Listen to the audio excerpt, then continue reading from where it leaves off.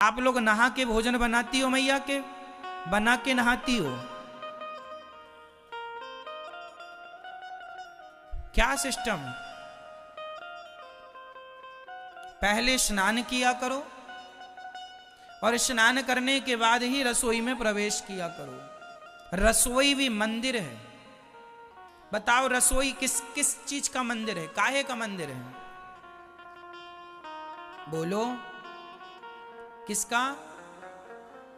अन्नपूर्णा। अन्नपूर्णा आप कह रहे हैं तो सही ही कह रहे होंगे, पर मेरे विचार से कुछ और है। हमारी जो रसोई है वहां वो विचारों का मंदिर होता है। किसका मंदिर? विचारों का। अच्छा अन्न खाओगे तो अच्छे विचार प्रकट होंगे, गंदा अन्न खाओगे गलत विचार आ जाएंगे, और विचार गलत हुए तो जीवन गलत है। विचार कहां से प्रकट होते हैं? जैसा अन्न, जैसा खाए अन्न वैसा रहे मन।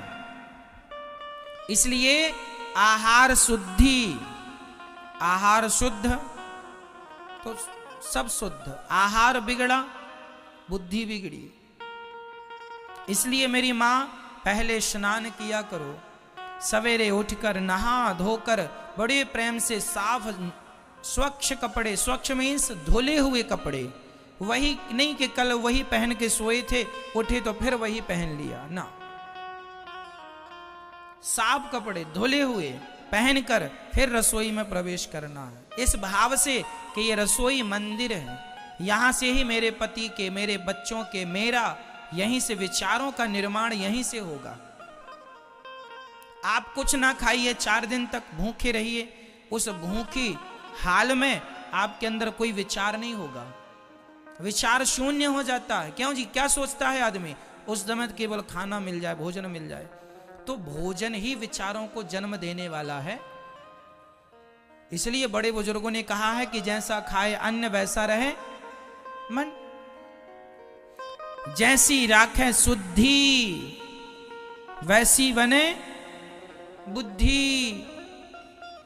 आजकल हमारी माताएं और हमारे छोटे छोटे बच्चे और ये पुरुष लोग ये शुद्धि का ख्याल नहीं रखते। अपने घर का एक कानून बना दो, कोई भी बाथरूम जाएगा तो बाथरूम से लौटने के पहले 4 कुल्ला करना और हाथ धुलना और पांव धुलना अनिवार्य है। बाथरूम जाइए तो हाथ, पांव और कुल्ला करना अनिवार्य है, तब आप शुद्ध होते हैं। और यदि आप शौच के लिए गए हैं, दीर्घ शंका गए हैं, तो फिर आपको वहां से नहा कर ही लौटना है। जितने कपड़े पहनकर दीर्घ शंका शौच के लिए जाओ वो सारे कपड़े गीले करो। दिन में 2 बार जाओ, 3 बार जाओ तो 3 बार नहाओ। वहां से बिना नहाए आओगे तो वहां जहां जहां जाओगे वो अशुद्ध अवस्था में आपके अंदर नेगेटिव अर्थात नकारात्मक विचार। ये देखो ब्रह्मांड में ना 2 प्रकार की बातें घूमती हैं। इस ब्रह्मांड में अच्छे विचार भी घूम रहे हैं और बुरे विचार भी घूम रहे हैं। यदि आप पवित्र हैं तो बुरे विचार आपसे दूर रहेंगे, अच्छे अच्छे विचार आएंगे। और आप अशुद्ध हैं, अपवित्र हैं, गंदगी है, तो तुरंत अशुद्ध विचार, गलत विचार आपके अंदर आ जाएंगे। और विचार गलत हुए तो व्यक्ति गलत हो जाता है। मैं कह चुका हूं कि मैं और आप गलत नहीं हैं, विचार हमें गलत करते हैं। इस सब्जेक्ट पे मैं बात कर चुका हूं, ठीक है? इसलिए नियम बनाओ कि आप शौच के लिए जाएंगे तो आप कम कपड़े पहनकर जाएंगे, और जो पहनकर जाएंगे वो सारे धुलेंगे और बिना नहाए नहीं।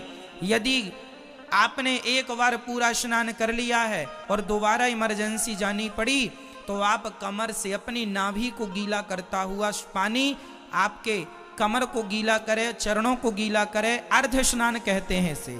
एक स्नान होता है संपूर्ण स्नान और एक स्नान होता है अर्ध स्नान। आपकी कमर से नीचे पूरा अंग गीला कर लो, वह अर्ध स्नान है। पूरा स्नान ना कर सको तो अर्ध स्नान कर लेना, पर स्नान जरूरी है। जैसी शुद्धि आजकल बच्चों की बुद्धि क्यों बिगड़ रही है? 4-4 दिन नहाते नहीं है। ये शौच के लिए भी जाते हैं, बाथरूम भी जाते हैं, पर ये नहाते नहीं है।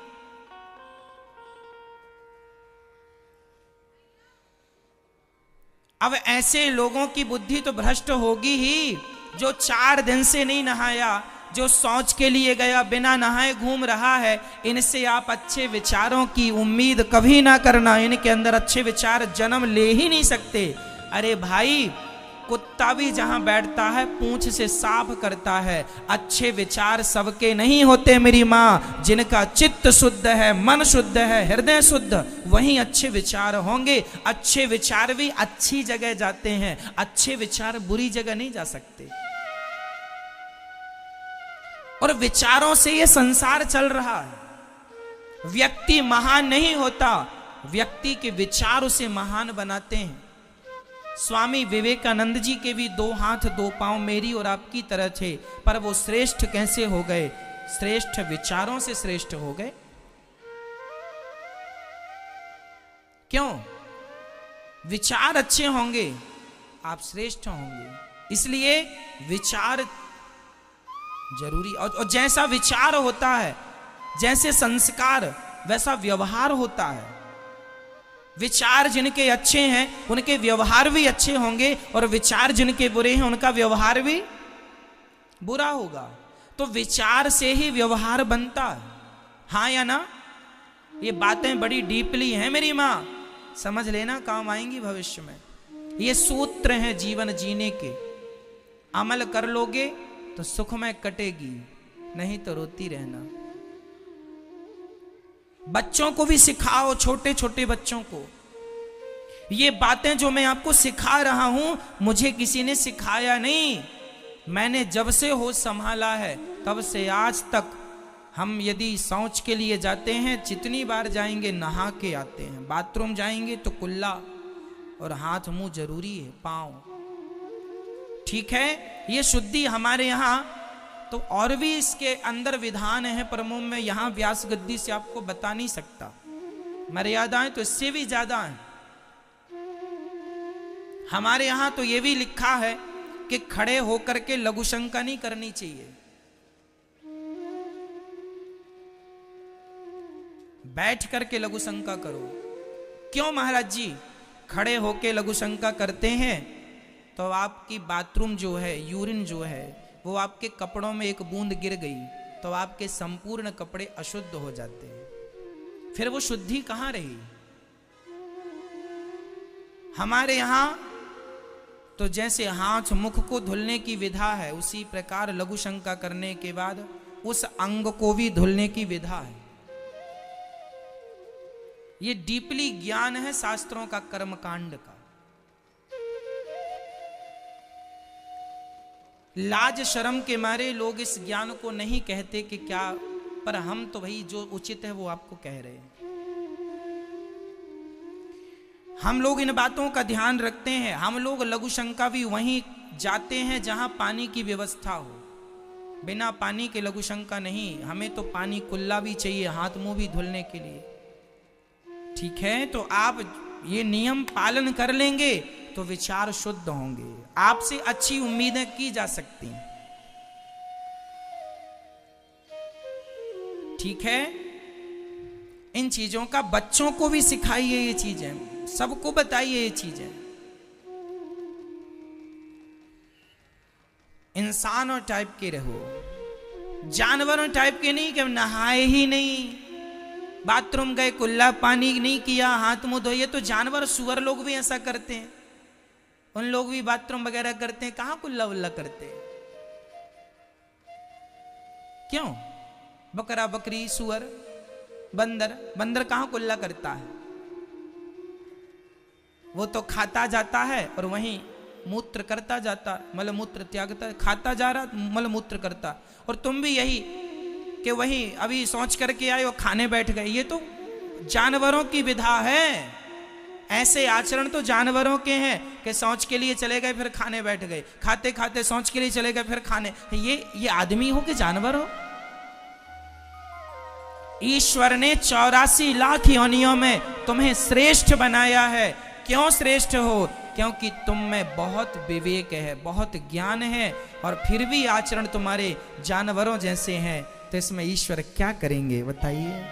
कितना सुंदर शरीर दिया, कितनी बुद्धि अच्छी है आपकी, कितना अच्छा आप आचरण कर सकते हो, लेकिन